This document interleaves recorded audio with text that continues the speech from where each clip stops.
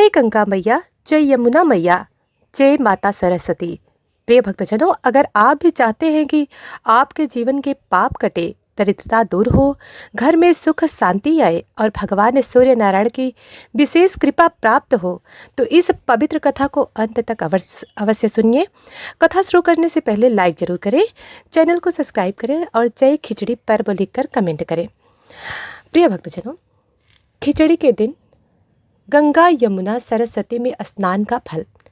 पौराणिक मान्यताओं के अनुसार मकर संक्रांति खिचड़ी के दिन यदि कोई व्यक्ति गंगा यमुना या अदृश्य सरस्वती के संगम में श्रद्धा से स्नान करता है तो उसे क्या मिलता है, आइए जानते हैं। उसे मिलता है 100 यश ये अश्वमेघ यज्ञ के समान पुण्य, जन्म जन्मांतर के पापों से मुक्ति, अकाल मृत्यु का भय समाप्त होता है, सूर्य दोष, पितृ दोष और दरिद्रता का नाश, घर में अन्न धन और स्वास्थ्य की वृद्धि। पुराण कहते हैं माघे मास तु संक्रांतो स्नानम कुर्यात् त्रिवेणी के, अर्थात माघ मास की संक्रांति पर त्रिवेणी स्नान करने वाला साक्षात मोक्ष का अधिकारी बनता है। प्रिय भक्तजनों, बहुत प्राचीन काल की बात है जब देवता और दानवों के बीच संतुलन बिगड़ने लगा था। सूर्यदेव की गति बदलने से ऋतुएं बिगड़ गई, फसलें नष्ट होने लगी और पृथ्वी पर अकाल फैल गया। ऋषि मुनियों ने ब्रह्मा जी से प्रार्थना की, हे सृष्टिकर्ता, ऐसा उपाय बताइए जिससे अन्न, धर्म और सूर्य तीनों की रक्षा हो सके। प्रिय भक्तजनों, ब्रह्मा जी ने कहा, जब सूर्य मकर राशि में प्रवेश करे तब अन्न को एक रूप में मिलाकर भगवान को अर्पित किया जाए। उन्होंने बताया, चावल इंद्र तत्व, दाल सूर्य तत्व, घी अग्नि तत्व, तिल पितृ तत्व, इन सबको मिलाकर जो भोजन बनता है उसे कहा गया है खिचड़ी। प्रिय भक्तजनों, पौराणिक कथा कहती है मकर संक्रांति के दिन सूर्यदेव अपने पुत्र शनि से मिलने जाते हैं। शनिदेव का स्वभाव उग्र था और सूर्य का तेज प्रखर, इस कारण पिता पुत्र में दूरी थी, मगर खिचड़ी का भोग दोनों के बीच सामंजस्य लाता है, इसलिए सूर्य दोष शांत होता है, शनि की 7.5 का प्रभाव कम हो जाता है, जीवन में स्थिरता आती है। प्रिय भक्तजनों, जिस दिन पहली बार खिचड़ी का दान और स्नान हुआ उसी दिन गंगा यमुना और सरस्वती तीनों नदियां प्रसन्न हुईं। माँ गंगा बोली, जो इस दिन स्नान करेगा उसके पाप मैं स्वयं धो लूंगी। यमुना ने कहा, जो खिचड़ी का दान करेगा उसके घर में दरिद्रता चली जाएगी। अदृश्य सरस्वती बोली, जो श्रद्धा से कथा सुनेगा उसे ज्ञान और विवेक प्राप्त होगा। प्रिय भक्तजनों, एक बार प्रयाग में एक अत्यंत गरीब ब्राह्मण रहता था। उसके पास दान करने को कुछ भी नहीं था। मकर संक्रांति के दिन उसने केवल थोड़े चावल, थोड़े दाल, थोड़े नमक मिलाकर खिचड़ी बनाई और एक साधु को खिला दी।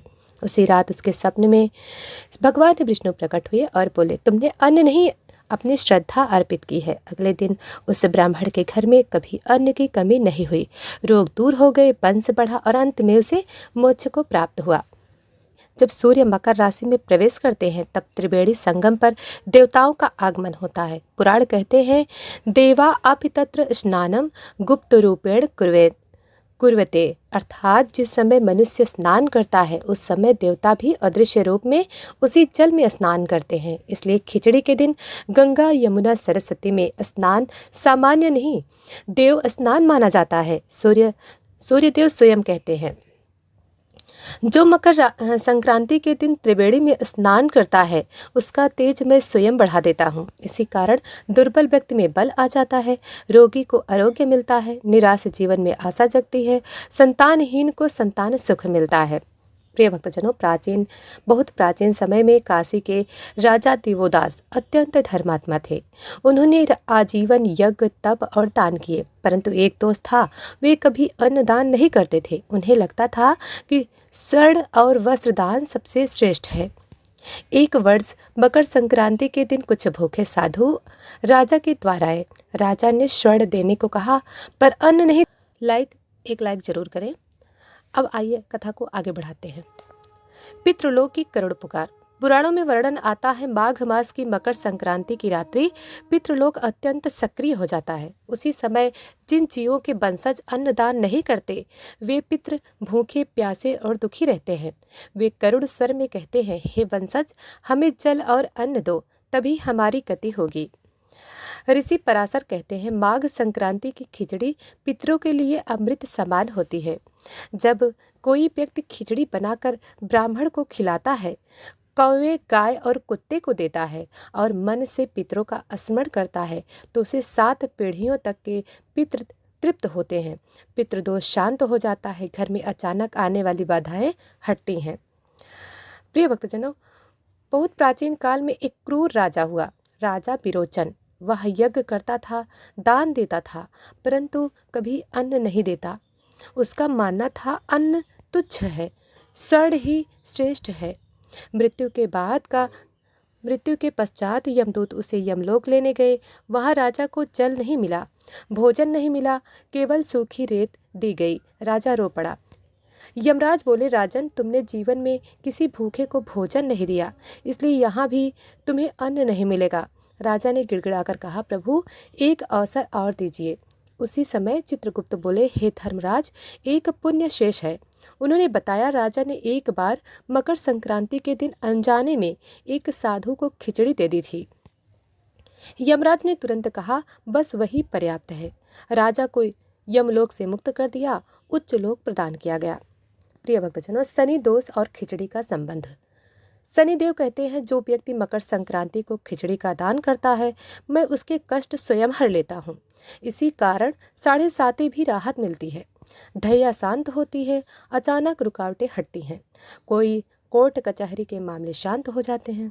प्रिय भक्तजनों, एक गरीब किसान शनि की 7.5 से पीड़ित था। उसके पास दान को कुछ भी नहीं था। मकर संक्रांति के दिन उसने थोड़े से चावल, थोड़ी सी दाल, थोड़ा नमक, खिचड़ी बनाई और एक भिखारी को दी दी।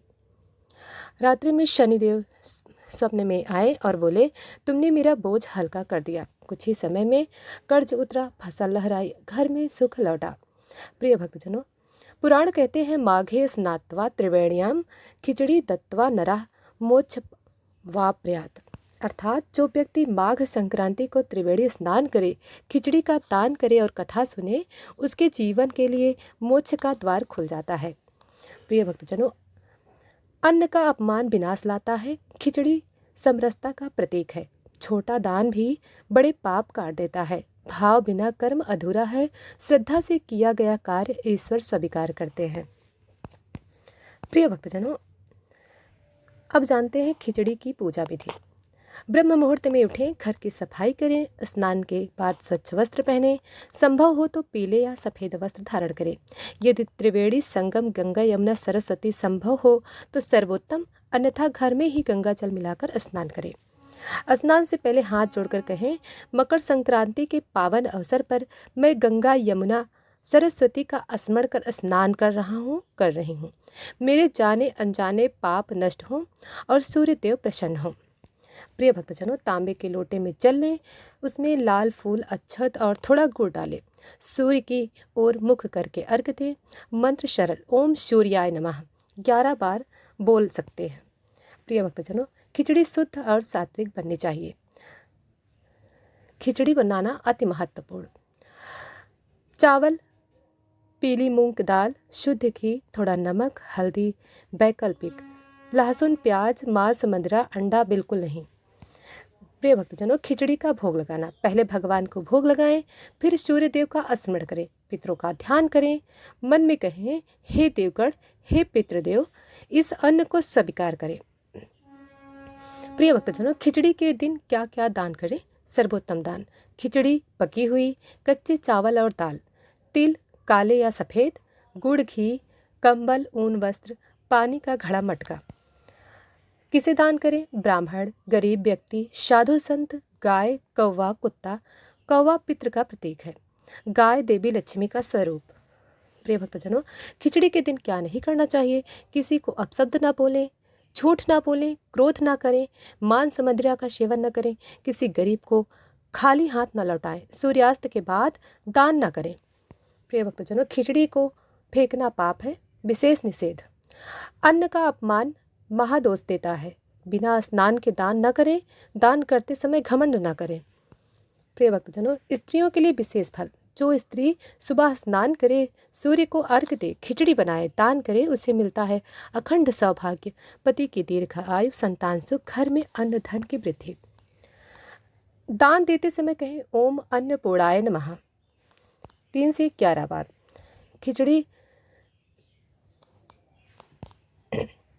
प्रिय भक्तजनों, अगर यह जानकारी आपके लिए उपयोगी रही हो तो लाइक करें, सब्सक्राइब करें, कमेंट में जय सूर्यदेव, जय खिचड़ी पर्व जरूर लिखें।